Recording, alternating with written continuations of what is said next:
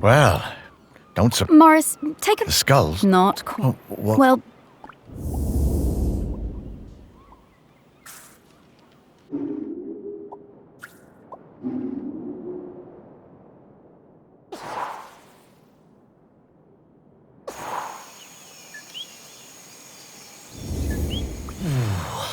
When?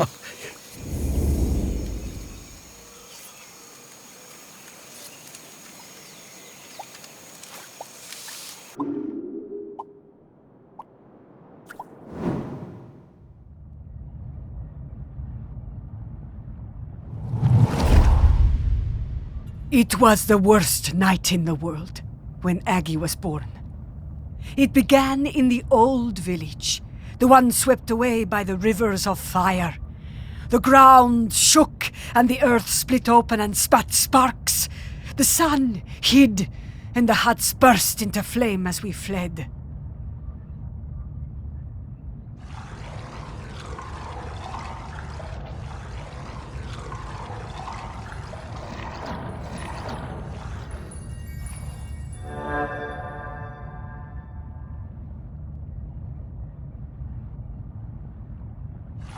I thought we would all die. Everyone washed in the burning orange death, and Aggi's mother howling with the pain of the child coming.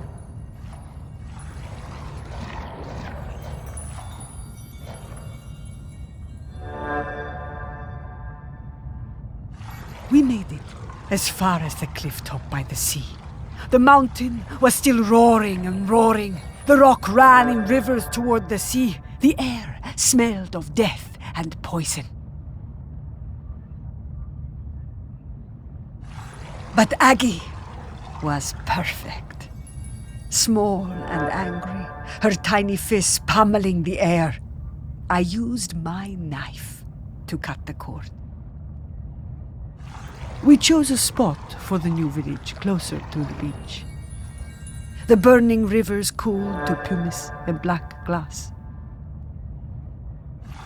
I made sure everyone knew that a life that began in this way would be special. Not everyone believed me, but Aggi proved me right.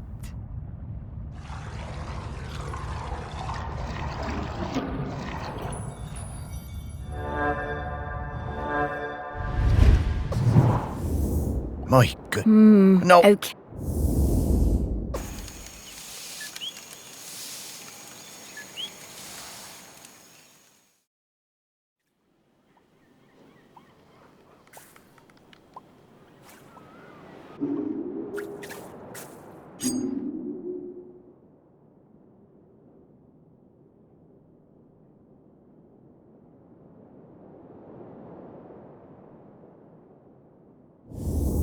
Beautiful. There is.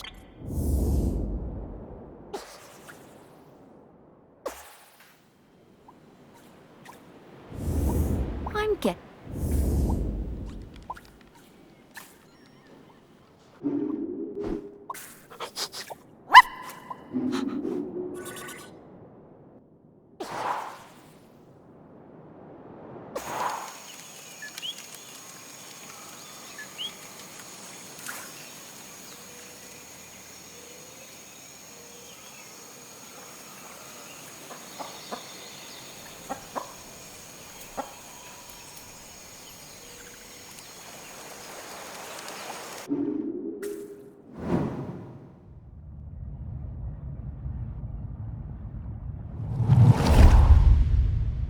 Of course we watched her.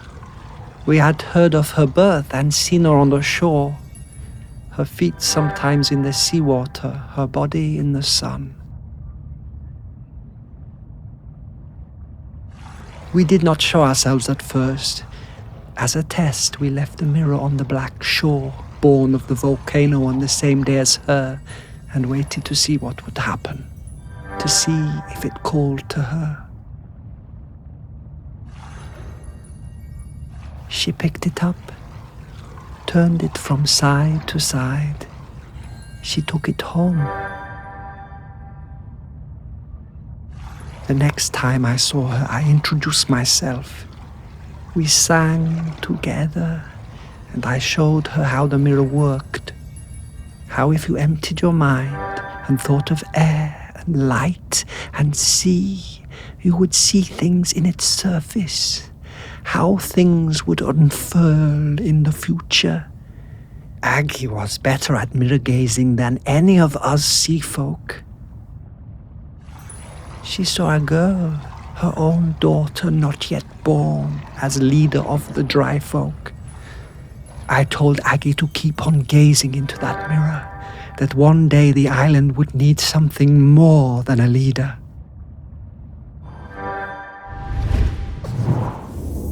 Oh, I had a...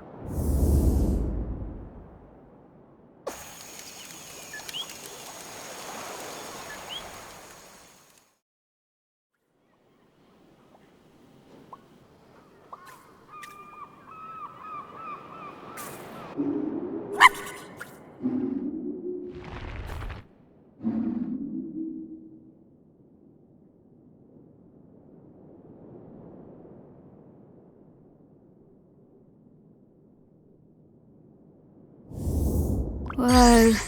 This thing is really powerful, Morris. Can you feel it?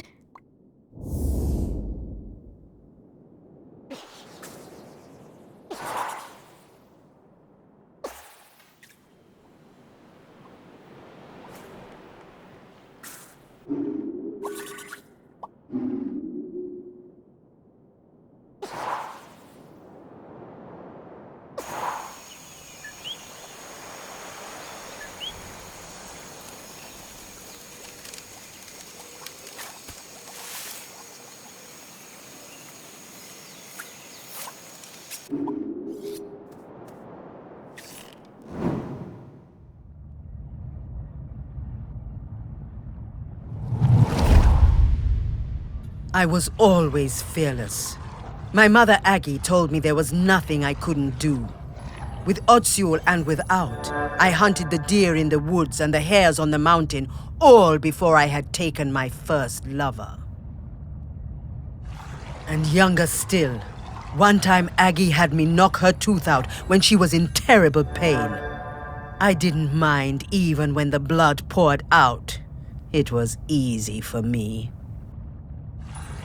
Spears and knives were my nature.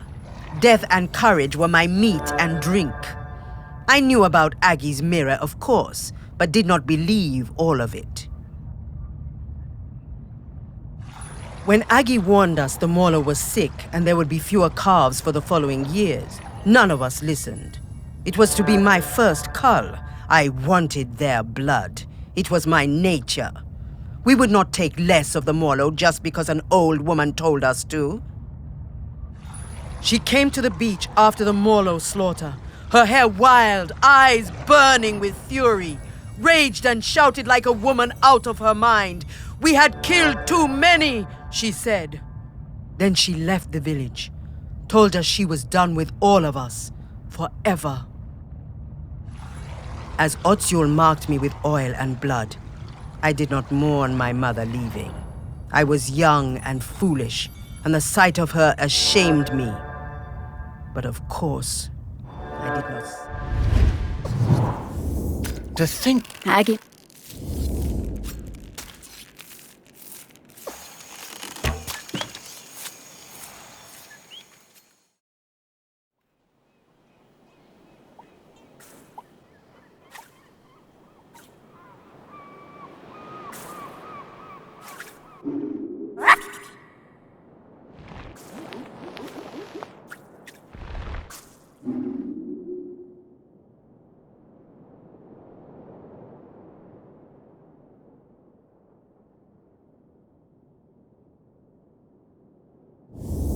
What a beautiful object.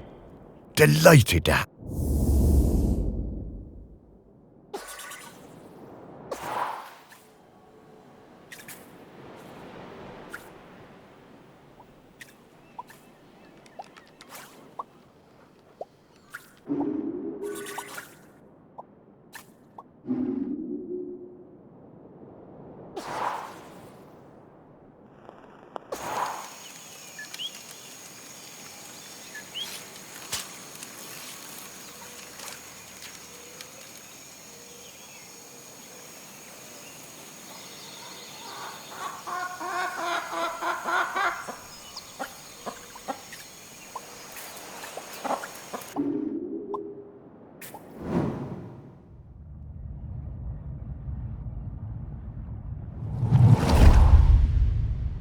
She was alone, and I would bring her food sometimes, samphire and sea urchins.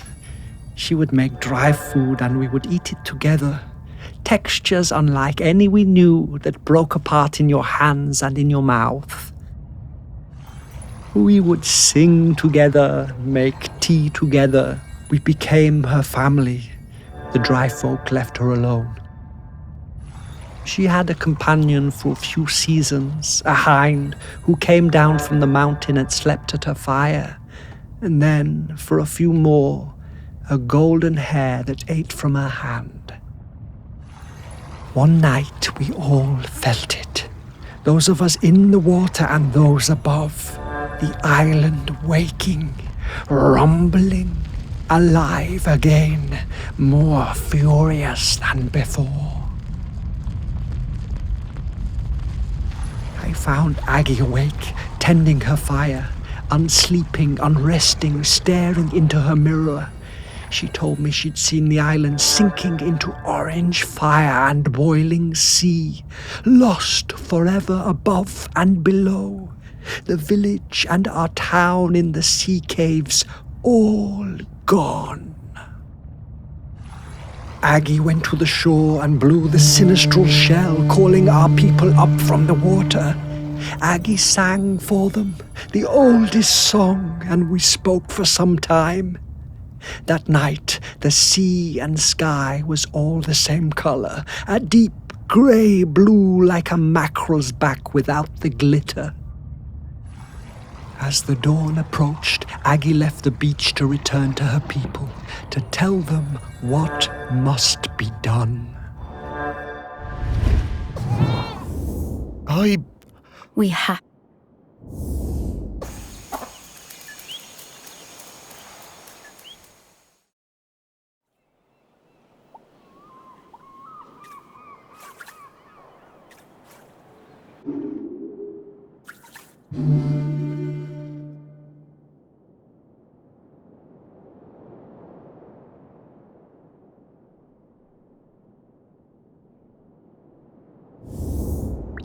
Such a small...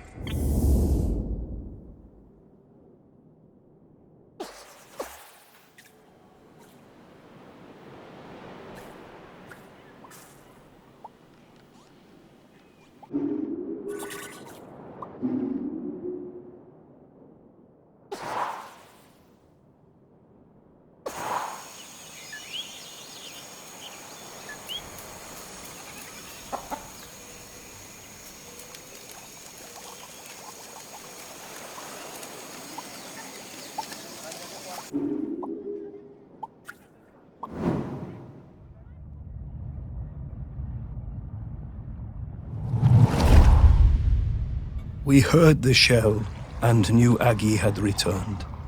Ibni was the leader then. It had taken many seasons, more than we would have liked, but there were finally enough Morlo again and our village was growing. We were strong. Some of the younger ones didn't know Aggi and didn't want to hear her, called her a moon-shotten crone, but Ibni looked in her mother's face and saw the truth of it. The end would come. The earth was growling again. There would be hot rivers of death and clouds of poison.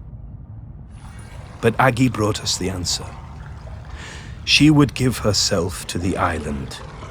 Ibni's voice shook. Surely a deer or a goat would be enough. The year's finest, blackest calf. Aggi cast down her eyes and shook her head. We all knew. I offered my blade, but Aggi turned me away. She took her knife that had cut her own cord the night the volcano last erupted and wrapped Ibni's fingers tight around the bone hilt. It must be you, Ibni, she said, and it must be now before the sun comes up. This day, this morning, or we are all gone. The village, the people, the island. Aggi embraced her daughter. Ibni whispered something, but I could not catch the words. Both women's faces shone with tears. Aggi sat on the ceremonial stone, the tears streaming now from all of us. Aggi delivered her final message.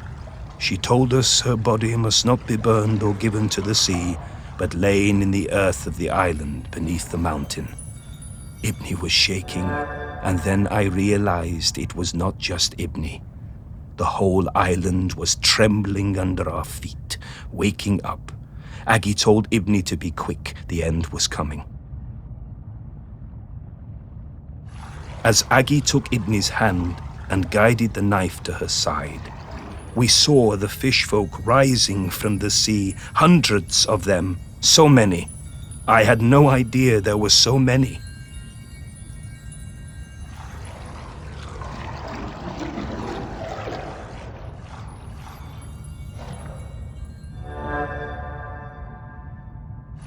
Aggi was quiet the whole time, but Ibni cried out. A sound of longing and hurting from her heart like I had never heard. Then she fell silent, and as Aggi's life poured from her body, the island and everything on it fell suddenly still. Utterly still. We wept then, in sorrow and relief. Then the fish folk were among us, countless, numberless. One embraced Ibni, holding her up as it seemed her own legs might give way. When the sun came up that day, land and sea folk stood together for the first time, talking and singing the old songs, Aggi's songs, together. Ibni and the fish folk took Aggi up onto the mountain. They laid her in the peat alongside the knife and all the things she would need on her journey. Ibni watched over Aggi for days afterwards. Before she was covered, she placed a sacred carved stone, Aggi's beloved hair, inside her mother's mouth, to guide her and help her keep the mountain still forever. And so it was.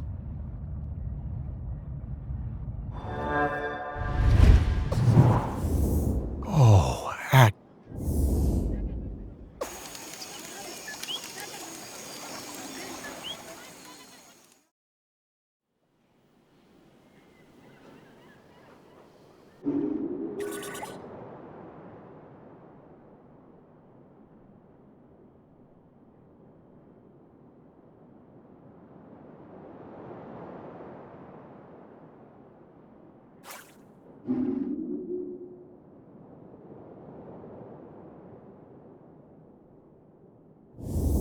Hey, Spark. You were the one who dug her up and put her on a...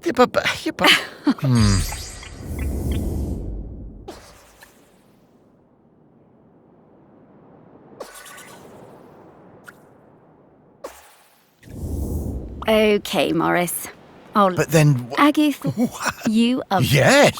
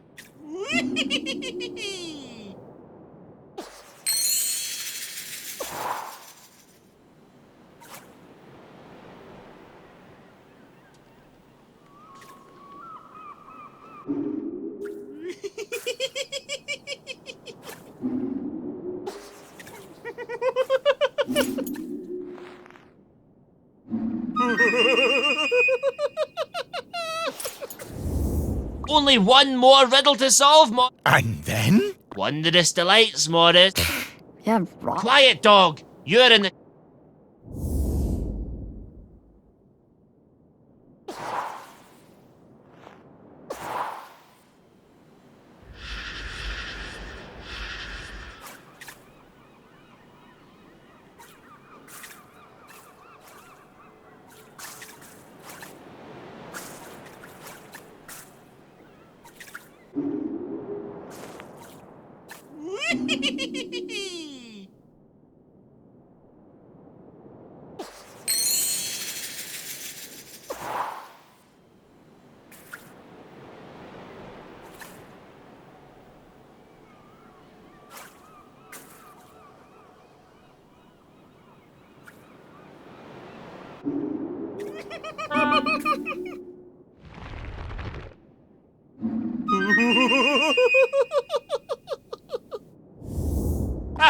Morris, you did it! Incredible work, my boy. Superlative effort. Oh, I went. And now, for... Oh, boy.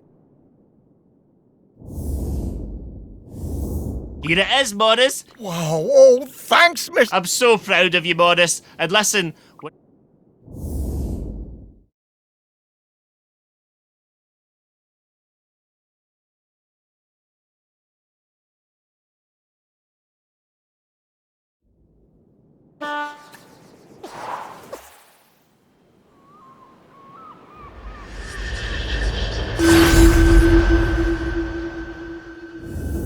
Morris! Sparky! It's so good. Hey, Aggi.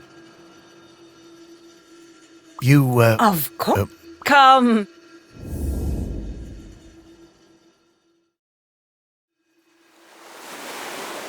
the one part of Shelmerston that looks just the same as the first day I saw it. I suppose it always will. I love this beach. It's always been my favourite beach. I'm gonna go run. Aggi, look at Sparky. She's shining. That's the hope and the joy shining out of her. That's it, isn't it? The point of all of this. It is hope. Home. This island. It chose the two of you, just as it chose me. And where will you be heading now? Heaven or something? Heaven, what's that? Well, I don't quite know how to explain it. But to me, it would be an awful lot like this beach.